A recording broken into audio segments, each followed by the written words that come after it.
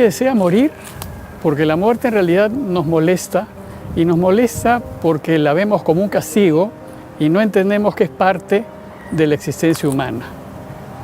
El camino cristiano lo que hace es devolvernos el sentido de la muerte para que podamos hacer frente a este paso con mucha paz y serenidad.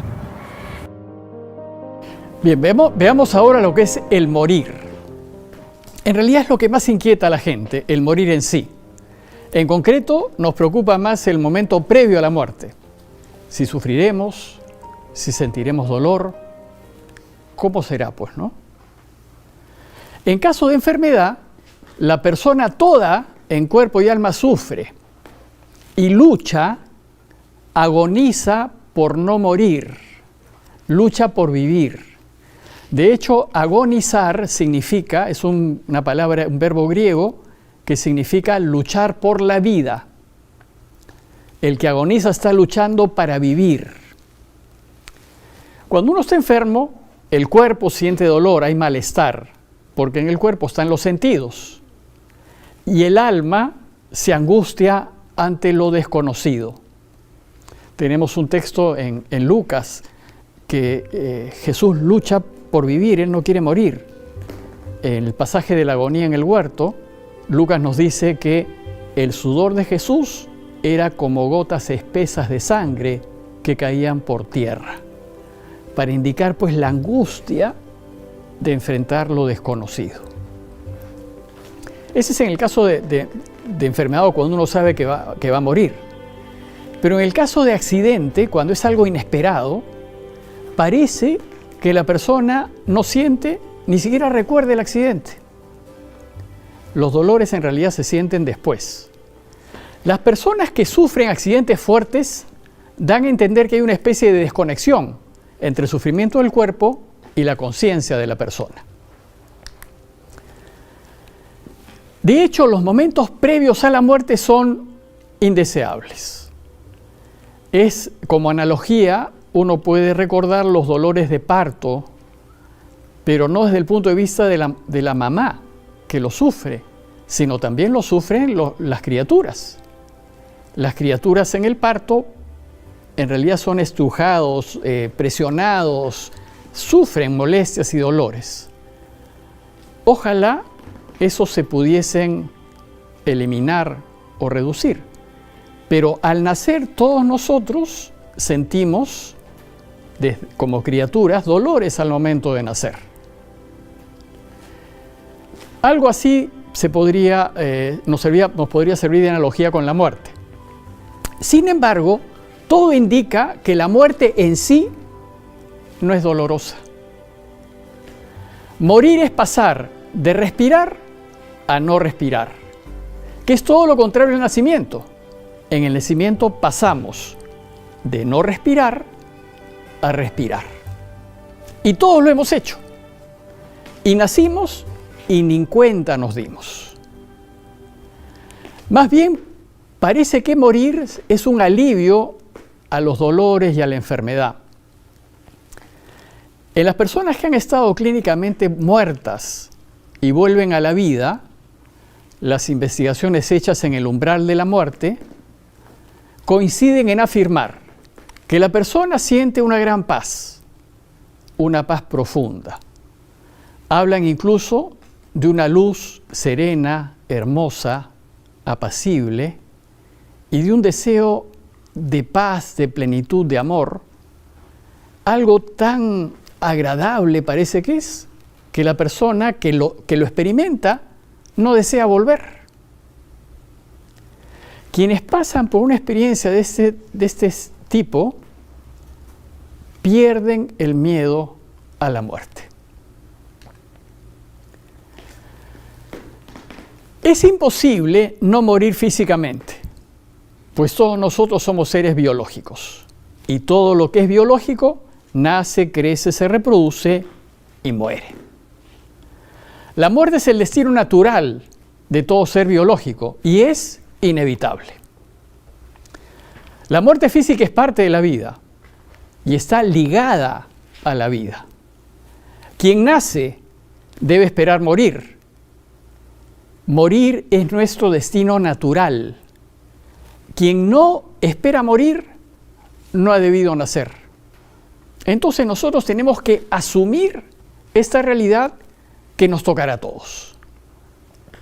Antes, cuando la expectativa de vida era mucho más corta, cuando las personas no vivían sino 50, 60 años, debido a guerras, enfermedades, a higiene, alimentación, etc., la gente era mucho más consciente de que moriría. Y más bien tenía a la muerte como compañera de vida. La tenía muy cerca, la experimentaba y la sentía con frecuencia en la misma familia, porque los familiares se morían a cada rato. Y era consciente que en cualquier momento le tocaría. Pero con los avances de la medicina, los aumentos en las expectativas de vida, nosotros hemos alejado la muerte de nuestra experiencia. Ya no se le ve tan cerca, ya no hay tanta muerte en torno nuestro, en el seno de las familias. También obviamente porque las familias son más pequeñas, ¿no? Pero todo esto hace que nos olvidemos que algún día moriremos. No pensamos en la muerte. Más aún, no queremos ni siquiera oír hablar de ella.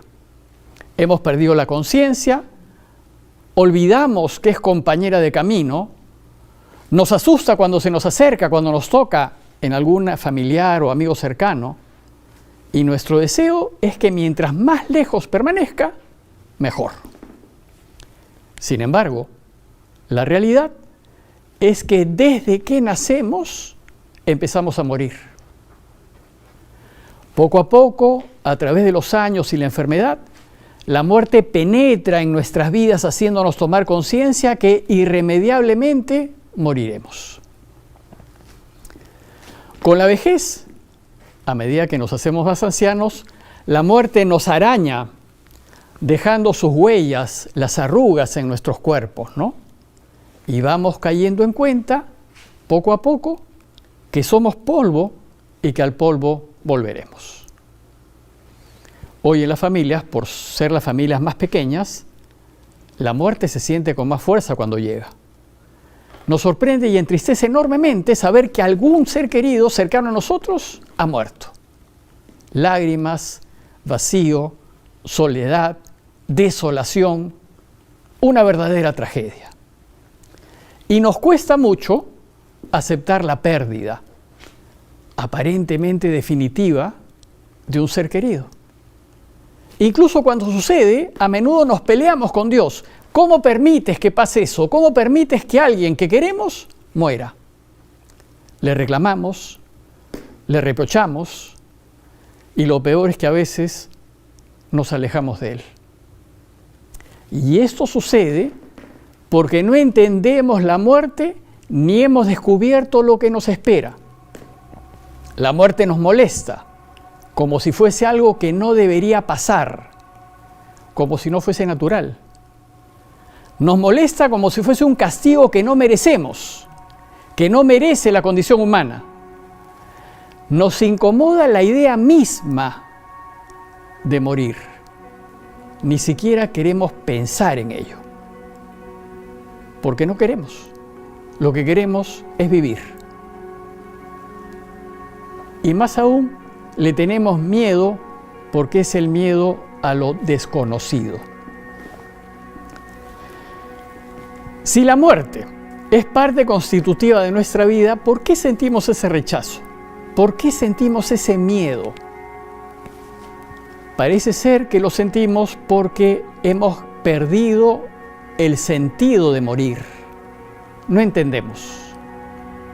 Entonces la siguiente pregunta es, ¿tiene la muerte sentido? ¿Lo tuvo alguna vez?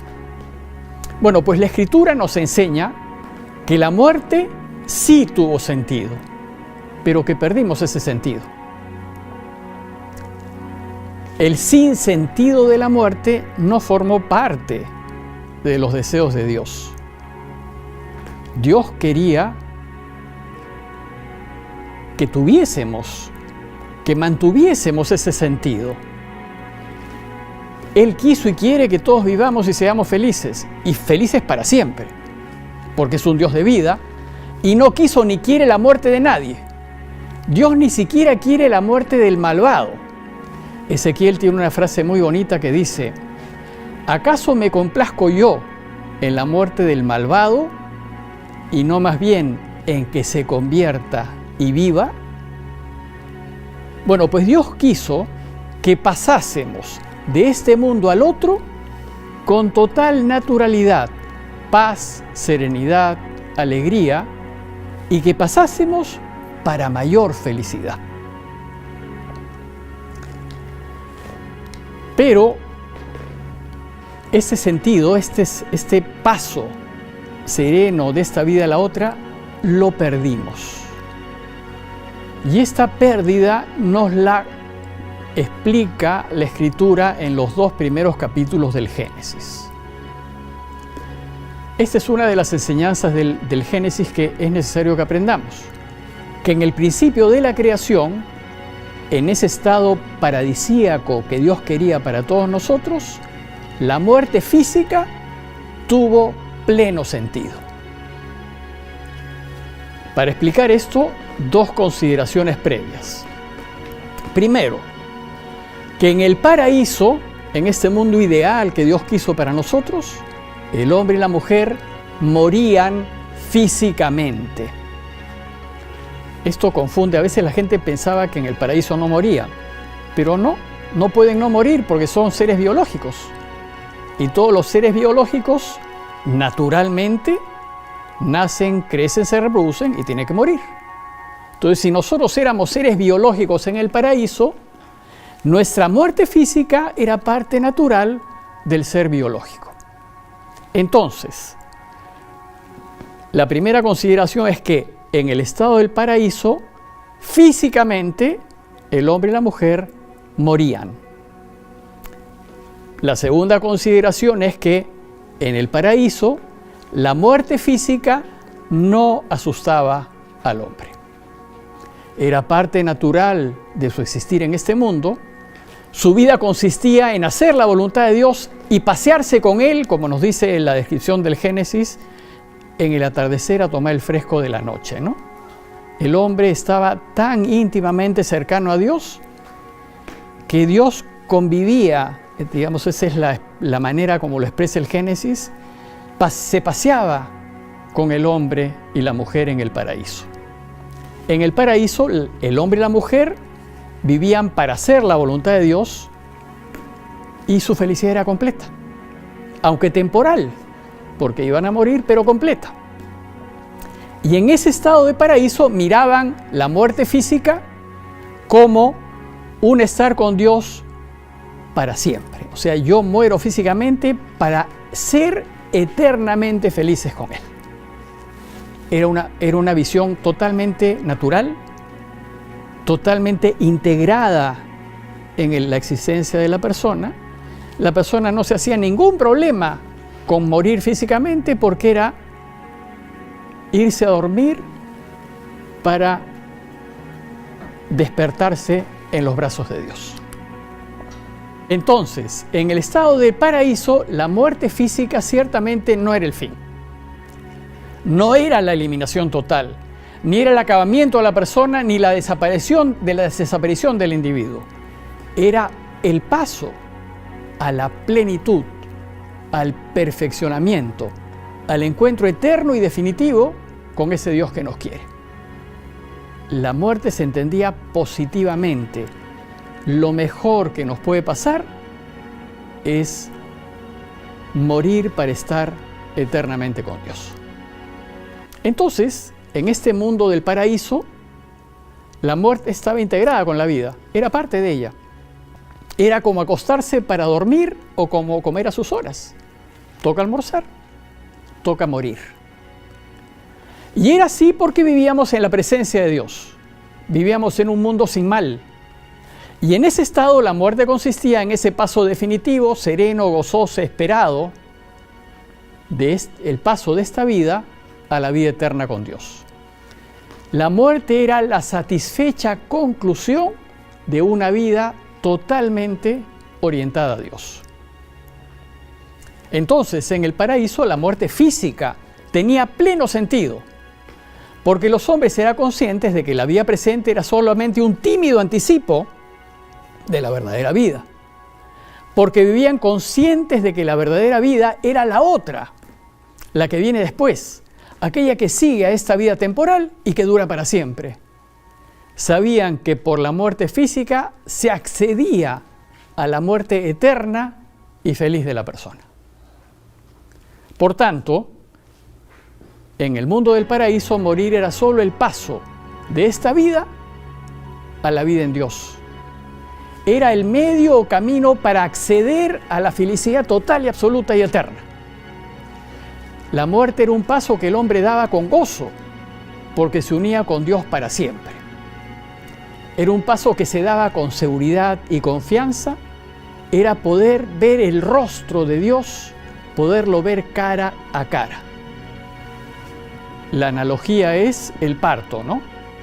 Así como en el parto la mamá da a luz a su hijo, es decir, el niño, la criatura, ve la luz.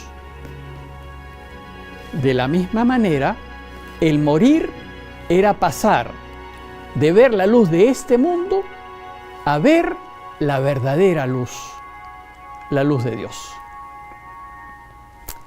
Morir en unirse a dormir para despertarse en brazos de Dios y gozar así de la felicidad eterna. En el estado del paraíso moría el cuerpo, pero no era posible la muerte del alma. Y el alma no podía morir por dos razones. Primero, por la presencia sensible y permanente de Dios en la vida de los hombres del paraíso.